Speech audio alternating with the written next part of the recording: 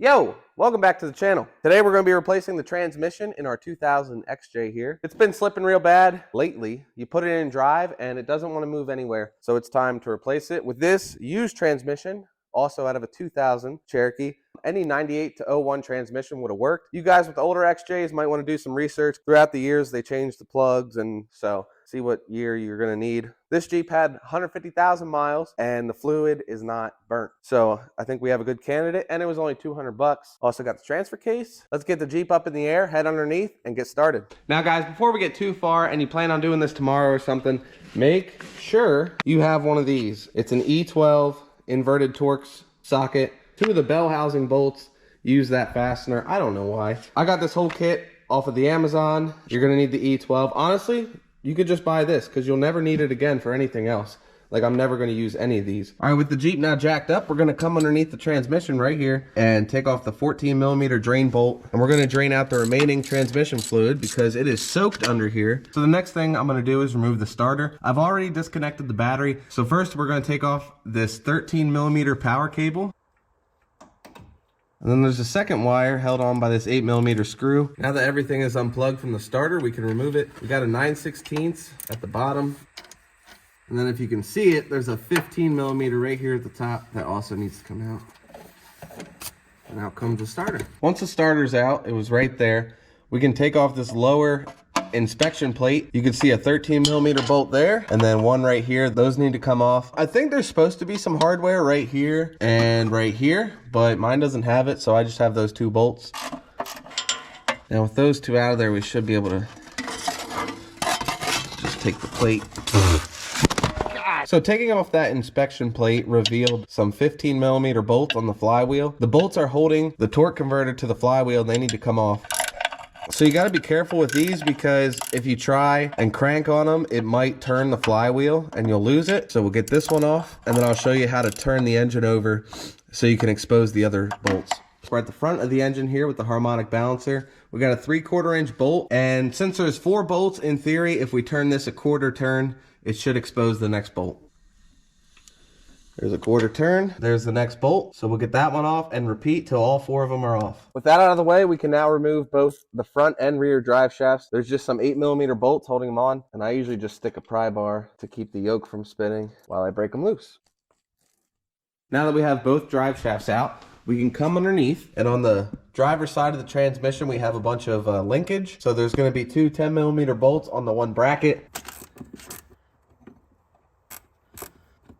And then once that's free, when it's time to pull out the transmission, we just need to make sure we shift it to the right a little bit. That way, that'll come out. And then coming from the transmission tunnel, your 4-wheel drive shift linkage just needs to get popped out. So here's the linkage coming off of your 4-wheel drive lever. And pop it out. We have the regular shift linkage. First, we have the linkage itself that needs to pop off. And then we have 2 13mm bolts holding the bracket onto the transmission. Now we got the bracket unbolted. We can just set that aside or just kind of tuck it aside because that's going to be staying with the Jeep. So now that we got all the mechanical connections out of the way, you could go ahead and try and do the electricals, but I'm going to wait until we kind of have the transmission tilted down a little bit. Should be a lot easier to access all the plugs. So what I'm going to do now is take off my muffler. Got that dumb thing out of the way. That took a lot longer than it should have. So one last thing to do before we can bring our transmission jack in is on the passenger side of the transmission, there's 2 cooler lines. One's right there and right there. All we have to do to get those off is squeeze. There's 2 plastic clips that we kind of squeeze together and then the line pops right out. Now let's go ahead and get the trans jack in place. We're just going to get a little bit of tension on the transmission, like such. Now we can come under here and get these cross member bolts out. So for the cross member, we have 4 13mm bolts in the center and then a 15mm nut and a 15mm bolt on each side that'll hold the cross member up. So let's get these bolts out of here.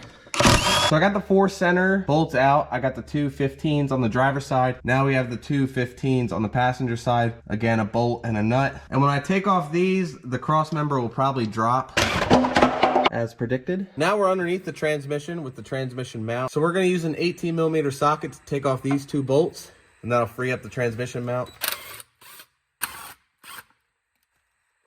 So here's the mount that came off, and then the plate right here, which has this exhaust mount at the top. So we're just going to slide that forward, get it off of the exhaust, and then set it aside for later. What I'm gonna do now is start lowering the jack just enough to trash my motor mounts. So here's that linkage bracket that we unbolted earlier with the two 10mm bolts. I'm just gonna give the transmission a little bit of a shove to the passenger side to free it up. Like that. Now that we got it dropped down, we can start unplugging stuff. Starting with everything on the transfer case. Here's the output shaft. We're gonna get this. This is your speed sensor. And then here on the front side of the transfer case, we have this plug. And then this breather line has a clamp on it. We're on the passenger side here, and there is only one plug, and it's the crank position sensor, which is right here. But I think I routed it wrong when I put the engine back in this thing a few years ago. I'm pretty sure this is supposed to plug in up by the intake manifold, so I don't think you'll have this issue. Either way, your crank position sensor will need to be unplugged. So that should be everything we need to unplug underneath. Now we can come up top, right by your transmission and oil dipsticks. We have 3 connections that need to get unplugged up here. It's actually only 2 plugs. The wide, flat, black one doesn't need to get unplugged because that also connects to the cam position sensor there. Just the 2 smaller ones need unplugged. Now that is everything electrical that needs unplugged. And as you can see on the new transmission here, it is only the 2. Now, the last thing to undo before taking off any bell housing bolts is kickdown cable, which goes down to the transmission. It's the far left one. Bottom just unclips, and then you squeeze the 2 tabs together. And then that'll come right out, pulled out of its bracket. Now I'm gonna see if I can go underneath and try and pull this through. I already pulled the 2 plugs through. They're right here. Now we can start unbolting stuff. There's a 13mm bolt that's attached to the transmission dipstick tube. So here's that 13mm bolt I just took out, and for reference, it was right here. Now, on the exact opposite side, there's another 13mm bolt, and it's gonna be hard for me to show you that one. It's kind of hard to see down in there. Same exact location, just on the opposite side. Now that we got that done, that is everything we need to do up top. Grab your fancy E12 socket and a few extensions, and let's head underneath. So at the very top of the bell housing is those 2 E12 bolts. I got one of them out. Here's what it's kind of looking like. Definitely doable. Here's a decent angle so you can kind of see where that bolt's at. There it is. Inverted Torx head on it. Kind of weird. Whatever. Now the only thing holding up the transmission is a 16mm bell housing bolt on each side. There's the other one right there. I'll pull that bolt out and then we should be good to pull the transmission back. All right, let's give it a yank and see what happens. I think the one cooler line was just hanging up a little bit, so let's keep going. We cleared the exhaust pipe, so I think we're good to actually bring it all the way. I mean, that's all but out. It's just the kickdown cable that needs pulled through. Got it all the way pulled down. Here's the kickdown cable. The dipstick is clear. Those are all unplugged. That's gonna stay with the Jeep. Yeah, so we're completely clear. We can pull this thing out. All right, so we got the transmission out. So now I just need to transfer a couple parts over so that they look the same. Just the shift linkage and then the crank position sensor. That's just 2 bolts. And that's gonna bolt in right here. I gotta get that transfer case on the new transmission. So I'm gonna get working on that. New transmission ready to go in. I'm gonna head underneath here and show you a couple things. So we got the flywheel right here with the 4 holes where the torque converter bolts to.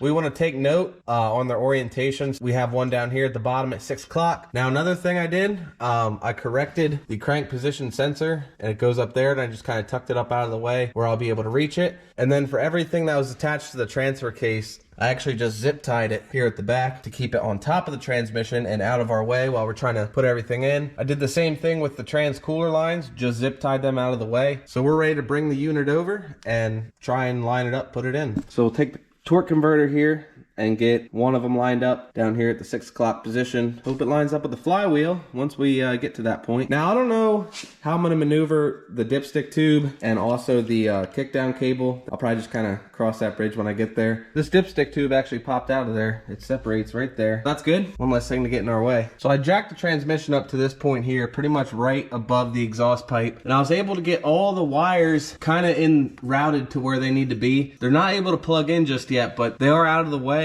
They're pointing in the general direction. I actually used like a coat hanger and then zip tied the wires to it and then pulled them up through. So now I'm gonna keep jacking it up and try to get it aligned. Now this isn't like a manual transmission where you're trying to worry about lining up splines with an input shaft. All you're worried about is that dowel rod. There's one on each side, and making sure it goes into the spot on the block. and then everything else can be figured out later. But so those are really the only things you need to worry about when you're putting your transmission back in. All right, I got them 2 bolts, 16 millimeter bolts tightened, and I'm not gonna lie to you, that sucked. That took forever. Just back and forth, jacking up the transmission a little bit, jacking up the engine, just till you get them lined up perfect and then tighten them up. But we're good now. All my lines should be able to reach, and I'm gonna connect everything, all the electricals, try and feed this transmission dipstick down in there and get it plugged in. Got all the wires plugged in, along with the 13 millimeter bolt on the front on each side. I also got the transmission dipstick bolted on and the transfer case breather line. Now let's go underneath with all of our extensions again and get these inverted Torx bell housing bolts back on the top. See if we can get started by hand, run it in with the gun, then torque it up with the ratchet. Good enough. And then here on the side, the trans cooler lines will just snap right back in, easy enough. So that should be about everything that'll fight you going back in. From here on out, everything should go in as easy as it came out. So I'm gonna get working on that. If I snag on anything, I'll let you know. So everything else is done and hooked up. Now we can get our torque converter bolts on. It didn't line up perfect, but you can still see the hole in the torque converter. It's about halfway showing. So I'm gonna get the screwdriver in here and try and pry it over. I was able to get the hole lined up and all 4 bolts in the torque converter, so that's good to go. Put the starter back in, front drive shaft and rear drive shaft. So all we gotta do now is put in fluids and take it for a drive. Starting with the transfer case here, you're gonna need a 10 millimeter Allen for the fill and for the drain. There was actually a little bit in there. I thought it was empty. Now we can add about 1.5 quarts of transmission fluid. I'm about to use a funnel and make a mess. Do yourself a favor and get one of them pump things. That'd probably make this a lot easier. Yes, that is a turkey baster. Now let's fill it with trans fluid. We're gonna put 4 quarts in and see how that looks. Hooking the battery back up. Then we'll start it up and let her get warm. After it's warmed up, we'll check the fluid level again and take it for a drive. Got her back on the ground, so here we go. It moves. There's second gear. That felt like a good shift. All right, I've been driving for like 10 minutes. Oh yeah, I didn't even try reverse. Ooh, let's do it from a dig.